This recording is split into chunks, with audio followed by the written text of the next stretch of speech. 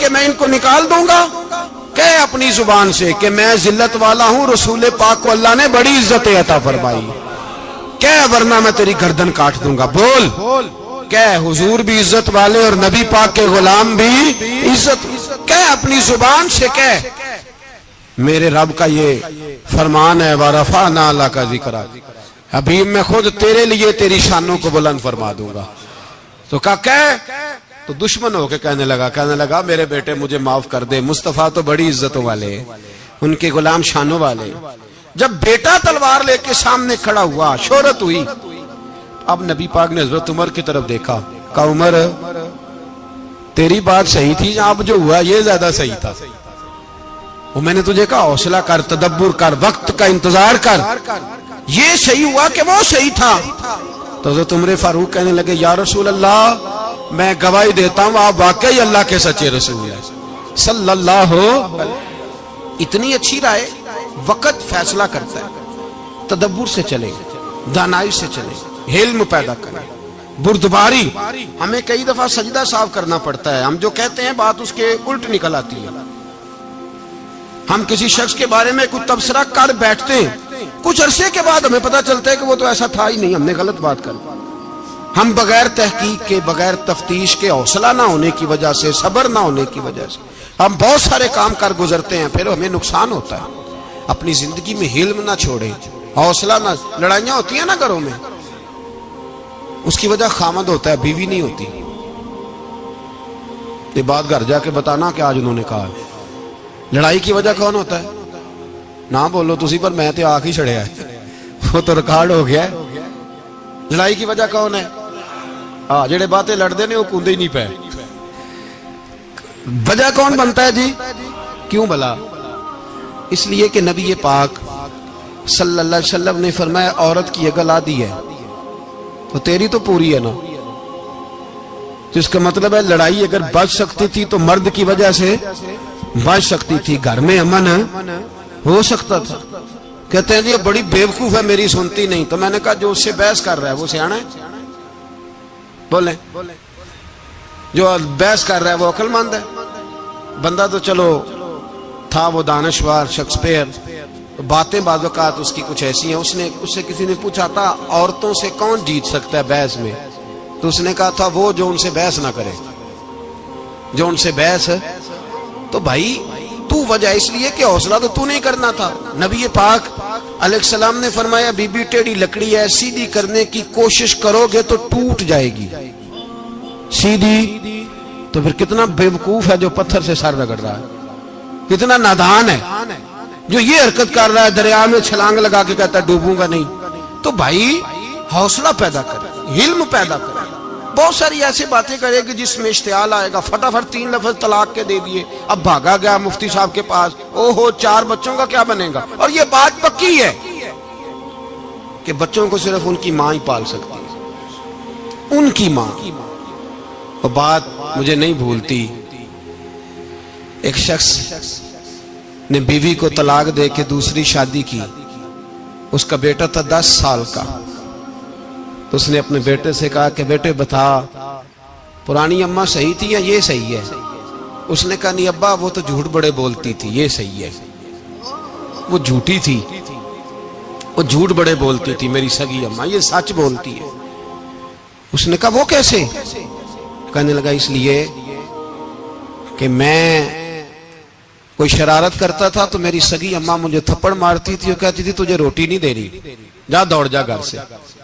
تو میں دوڑ جاتا تھا تو جھوٹ بولتی تھی نہیں دینی، پھر آدھے گھنٹے کے بعد مجھے ڈھونڈنے لگ جاتی تھی، ڈھونڈ کے لاتی تھی، پھر میری منت کرتی تھی، پھر مجھے کہتی تھی نہ مجھے ستایا کر، پھر میرا ماتھا چومتی تھی، پھر میری مرضی کا کھانا بنا کے دیتی تھی، پھر میرے منہ میں لقمے ڈالتی تھی۔ جھوٹی تھی، پہلے کہتی ہے نہیں دینی، پھر پیچھے بھاگتی ہے۔ یہ سچی ہے، میں شرارت کرتا ہوں تو تھپڑ مار کے نکالتی ہے، پھر میں منتیں کرتا ہوں پر روٹی نہیں دیتی، پیر پکڑتا ہوں نہیں دیتی، سچ بولتی ہے، اپنی بات پہ ڈٹ جاتی ہے۔ او بھائی بچے اس کی ماں ہی پال سکتی ہے، تو نے 3 جملے کہتے سوچا ہی نہیں، تیرا کا گیا تو یہ تو نئی بیوی ملے گی، اور اس کا بھی کیا گیا، اس کو بھی شاید شوہر مل جائے۔